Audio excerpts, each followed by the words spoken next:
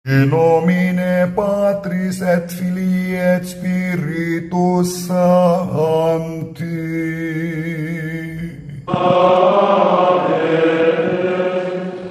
Dominus vobiscum.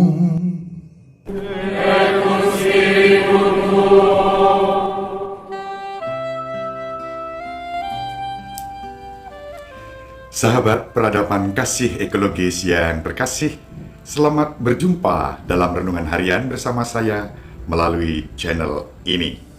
Semoga panjenengan tetap sehat, tetap semangat, tetap bahagia karena berkat Tuhan yang selalu dicurahkan dalam kehidupan panjenengan. Suasana hujan di pasturan saat saya sedang mempersiapkan renungan harian ini. Kita nikmati hujan, kita nikmati firman Tuhan. Semoga laksana hujan ini, firman Tuhan yang akan kita renungkan hari ini, mengubah hidup kita, menyuburkan hidup kita, sama seperti yang dialami oleh Yohanes, salah satu murid Yesus yang disebut murid terkasih saat masih temperamen meledak-ledak, seperti yang kita baca dalam Injil hari ini. Hari ini kita akan membaca dan merenungkan Injil Lukas bab 9 ayat 51 sampai 56. Ketika hampir genap waktunya diangkat ke surga, Yesus mengarahkan pandangannya untuk pergi ke Yerusalem. Diutusnya beberapa utusan mendahului dia. Mereka itu pergi lalu masuk ke sebuah desa orang Samaria untuk mempersiapkan segala sesuatu baginya. Tetapi orang-orang Samaria di situ tidak mau menerima dia karena perjalanannya menuju Yerusalem. Ketika dua muridnya, yaitu Yakobus dan Yohanes, melihat hal itu, mereka berkata, "Tuhan, bolehkah kami menurunkan api dari langit untuk membinasakan mereka?" Tetapi Yesus berpaling dan menegur mereka. "Kalian tidak tahu apa yang kalian inginkan. Anak manusia datang bukan untuk membinasakan orang, melainkan untuk menyelamatkannya." Lalu mereka pergi ke desa lain. Demikianlah sabda Tuhan. Terpujilah Kristus.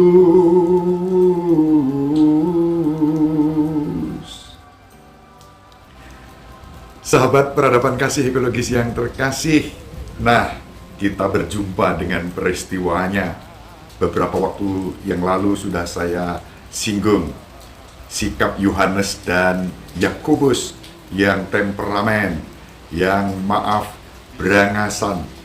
Sehingga ketika mereka mengalami sesuatu yang di luar dugaan mereka, di luar keinginan mereka, mereka menjadi meledak, marah, emosi.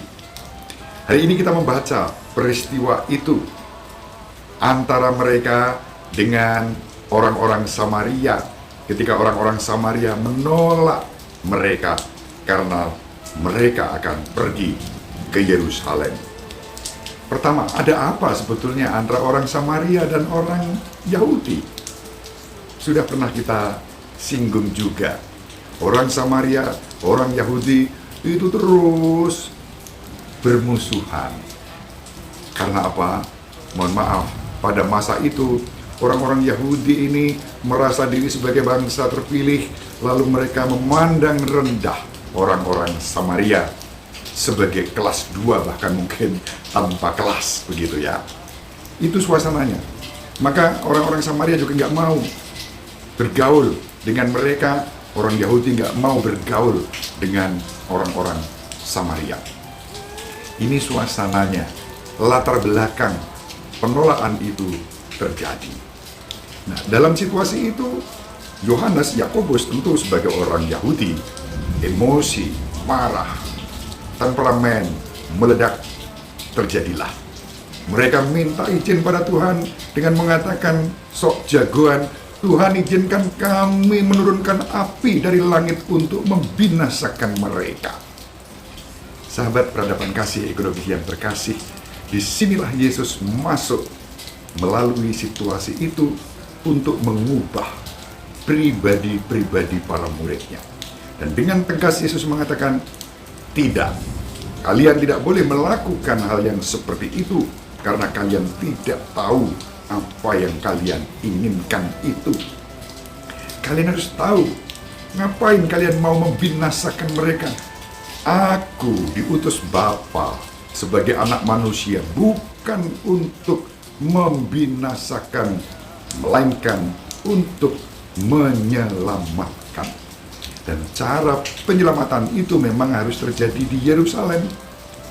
Peristiwa penolakan dan kemudian Yesus disalibkan. Yerusalem, kota yang mestinya menjadi kota damai, Yerusalem berubah menjadi Yerusalem penuh dengan kezaliman. Karena apa? Menolak Sang Juru Selamat, bahkan membunuhnya dengan cara yang paling tragis, penyaliban. Namun Yesus sebagai wajah kerahiman Allah, Putra Allah yang Maha Tinggi, tidak melihat bahwa penolakan, penyaliban itu sebagai akhir. Itulah jalan untuk menyelamatkan. Dan kita tahu Yohanes begitu terhujam dengan sabda itu, mengubah hidupnya menjadi murid terkasih, menjadi murid yang setia, menjadi murid yang mewartakan kasih. Mari kita biarkan Yesus menyentuh jiwa kita, menghujami hidup kita dengan sabda kasih-Nya, agar kita pun diubah menjadi berkah, menjadi shalom, tanda damai sejahtera, dan bukan kezaliman seperti yang terjadi di Yerusalem kala itu. Semoga Ibu Maria selalu mendoakan kita, Bapak Yosef merestui kita dengan keheningannya. Semoga panjenengan semua bersama seluruh anggota keluarga dibimbing, dilindungi, dan diberkati oleh Allah yang Maha Kuasa, Bapa dan Putera dan Roh Kudus. Amin. Salam sehat, tetap semangat, jangan lupa bahagia.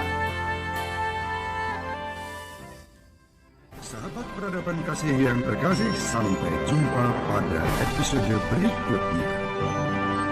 Terima kasih atas kebersamaan kita.